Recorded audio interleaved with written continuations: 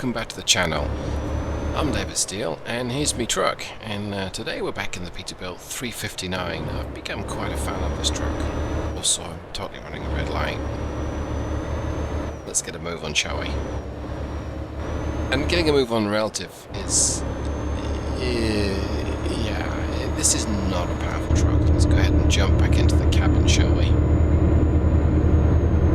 Okay, let's power up this here. Let's tell you a little bit about what's under the hood today, what we're hauling and what we're doing. So, like I say, it's a Peterbilt 359. I think I said that earlier on. I should have. Tell the world where we're going.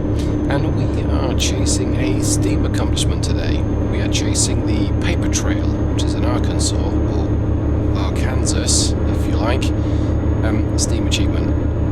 And the objective here, we've got 3 logging runs to make, and then 3 runs of wood shavings. And this is one of the wood shavings runs. So this is a light cargo, it's not even 8,000 pounds. We're using our own trailer. So this is not a heavy run, and we're staying in Arkansas, which generally means, well, so far I haven't had to go through any weigh stations, so I couldn't tell you what the gross vehicle weight is of this combination, but it won't be a massive amount. Right, let's take another quick look at the truck. So this is the FLX Peterbilt 359. You only get the one body length, though you do get the EXHD, that's the extended hood version, or the non-extended hood version, and there's a slight difference in wheelbase there. We just have the non-extended hood version here today. Come off the power here, let's tuck in behind this SUV. So, we've got the short hood version. Now, when these were first released in '67, they only came with the long hood. The short hood, or I guess I don't know why they don't call it compact hood or petite hood. The petite hood version was a later option. Rushing through this, I should not be going quite as quick as this. Okay, it's a little better. Let's go ahead and merge left. And the reason why under the hood today, well, the reason why is because under the hood we've got a smaller engine.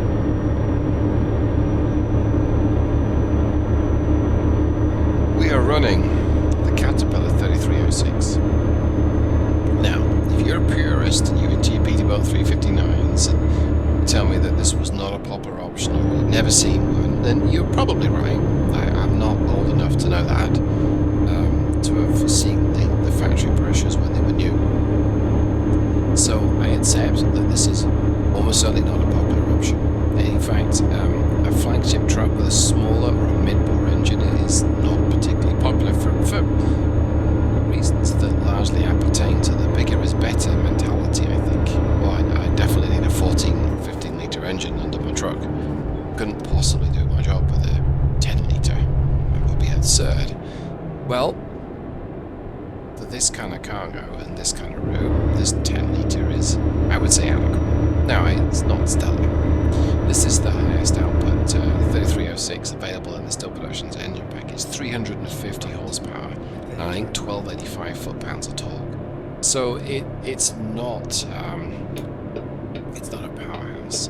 It's good enough and gets the job done, but yeah, you are a little wanting for power.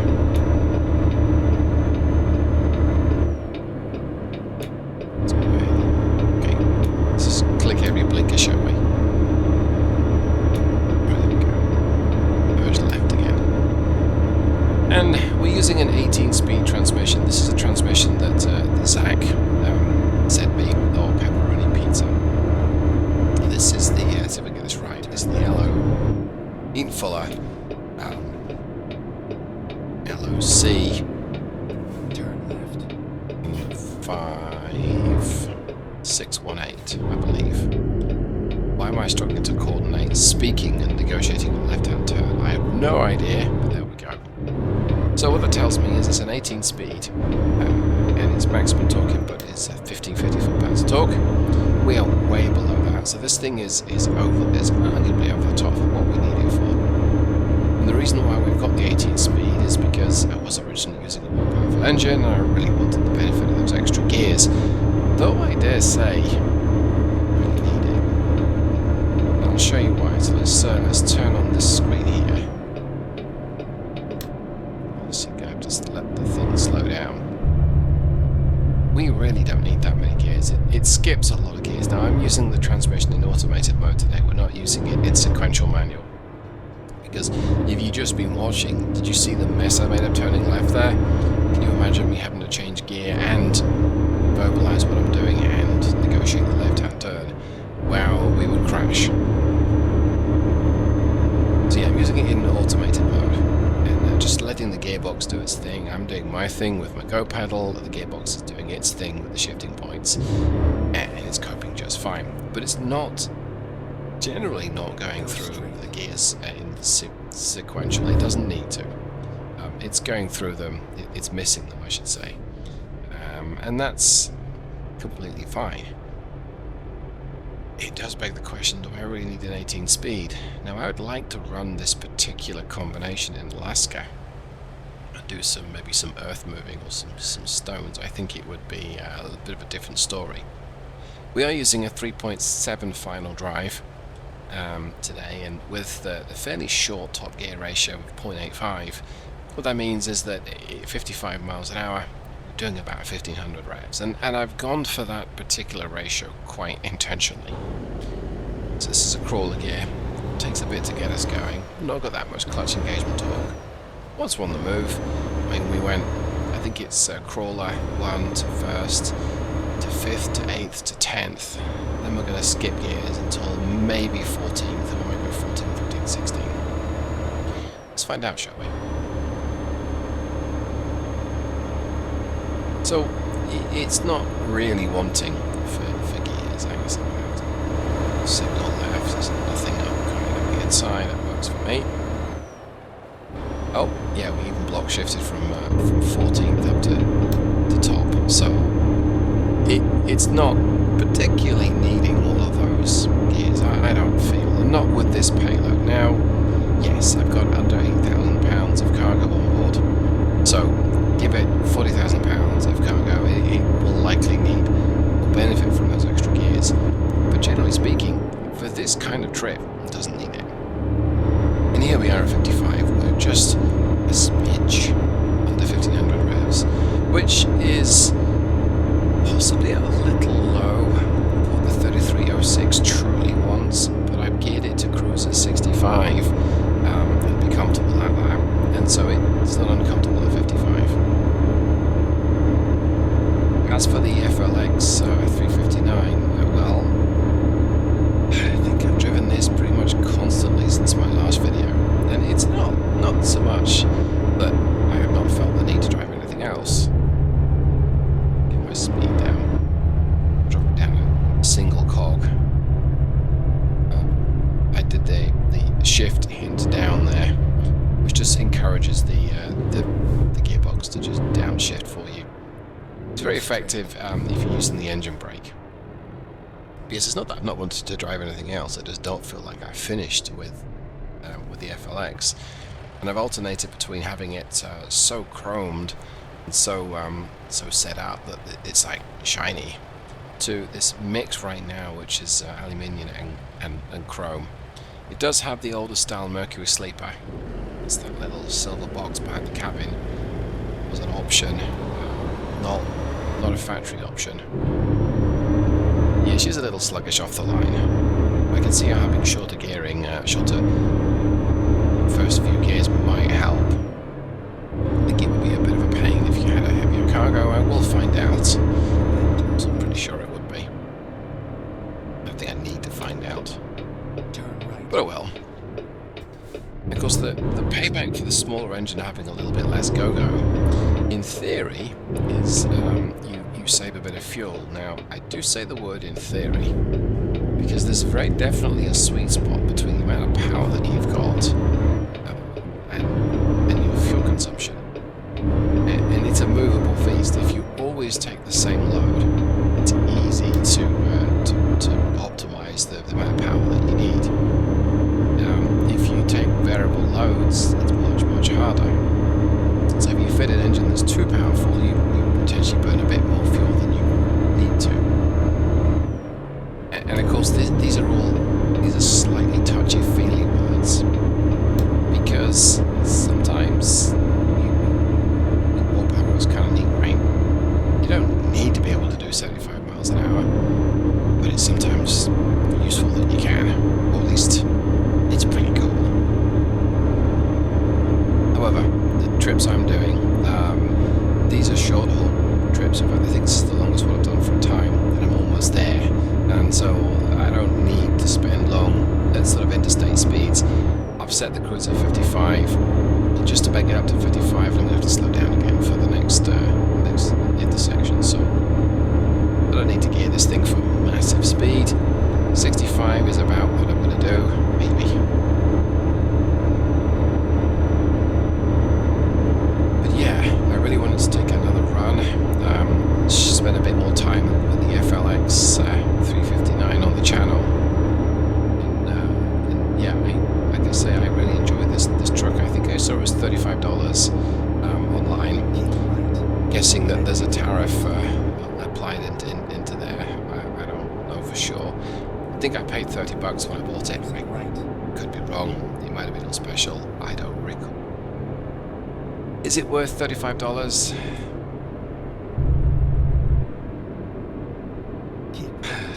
Big hesitation in my voice there, because there are such amazing free mods available, or donate mods where you don't have to pay anything, but you can choose to.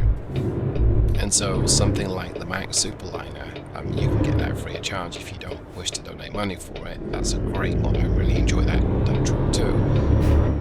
Is that, I mean, I think the Superliner is worth, in quote marks, more than free. Is it worth 35? It's worth what you want to pay for it. Actually, I think that underscores everything. Should you buy more trucks? I mean, that's such a huge question that I don't even want to try and answer in today's video. But when I see that you can get some very detailed simulation aircraft from Microsoft Flight Sim for the $100 point, but we're talking, it's very accurately modeled. Every switch is functional. Every function does what it's supposed to do, as it would in the real airliner. It sounds like this is a training tool. This is not a training game. It appears to be there's a license available if you want to use ATS and ETS2 for training, but the version you buy off Steam is not that version. So should you buy a mod truck? Well, that's up to you.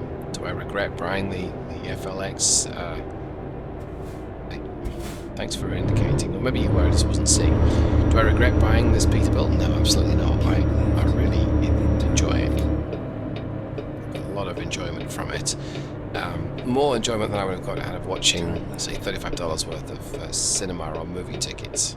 That doesn't necessarily mean it's good value, but it has been for me. Well, hopefully this is going to qualify as my second wood shavings run. I think I'm going to make, yes I do, I'm going to make 3 of each.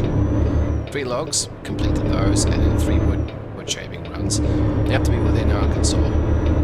So, like I say, you don't travel out of state. And, oh, wow, lucky escape there.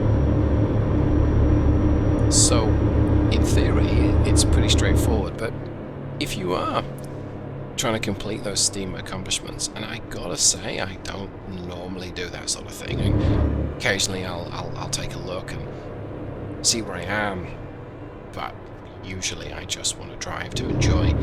But if you are following those Steam accomplishments and you are trying to get those last few trips to finish those last few accomplishments, or at least some of the ones that you think are accessible, the biggest clue I can give you is buy your own trailer.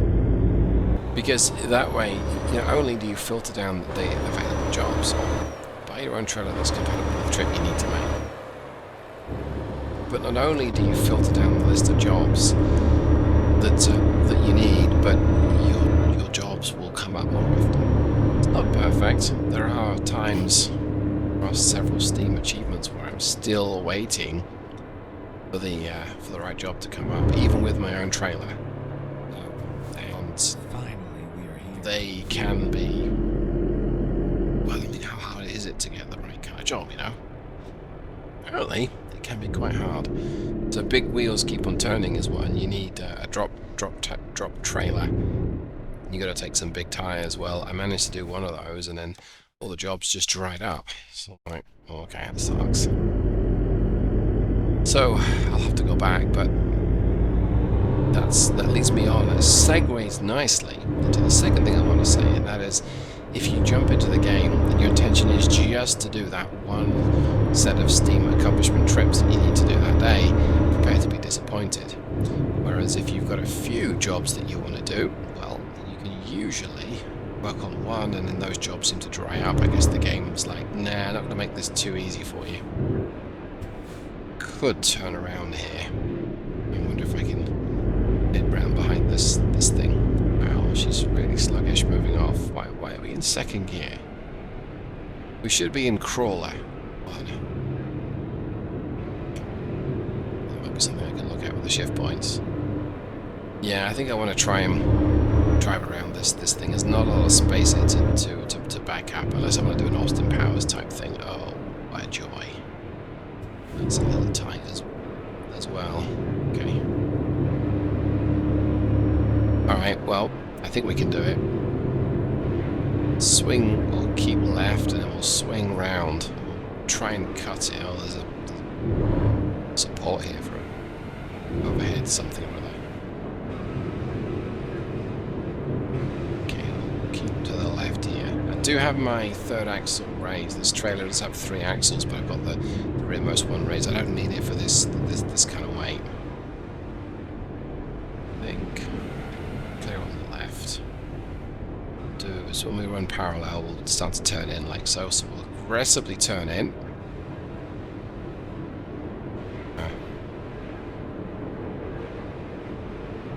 Let's see if we manage it. It's not the longest trailer in the world. I think it's 35 foot. It's not a particularly long trailer. But this will be harder with a longer one, but it's still long enough. Now I'm going to switch the external view. Let's take a look. Oh, look at that. Champion.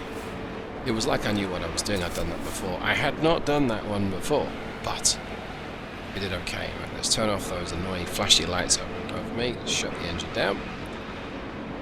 Okay, well that just about calls it for today's trip. I will, for argument's sake, see what we did. So 157 miles, hardly a long haul. Just over 24 gallons, so we burnt fuel at about 6.5 miles per gallon. From a 10-litre class engine, it's not great. From a very light cargo, it's really not great, but it's a shorter trip. So you tend to burn more on a shorter trip. You spend more time accelerating versus cruising. Well, hope you got something from that. Hope you enjoyed it. And if you have, you should know exactly what to do by now. And if you didn't enjoy it, go ahead and let me know. Because if you think that my content sucks, tell me. And maybe I'll improve it. Or maybe if you're mean to me, just be mean back. Thanks so much, everyone. Take care. Goodbye.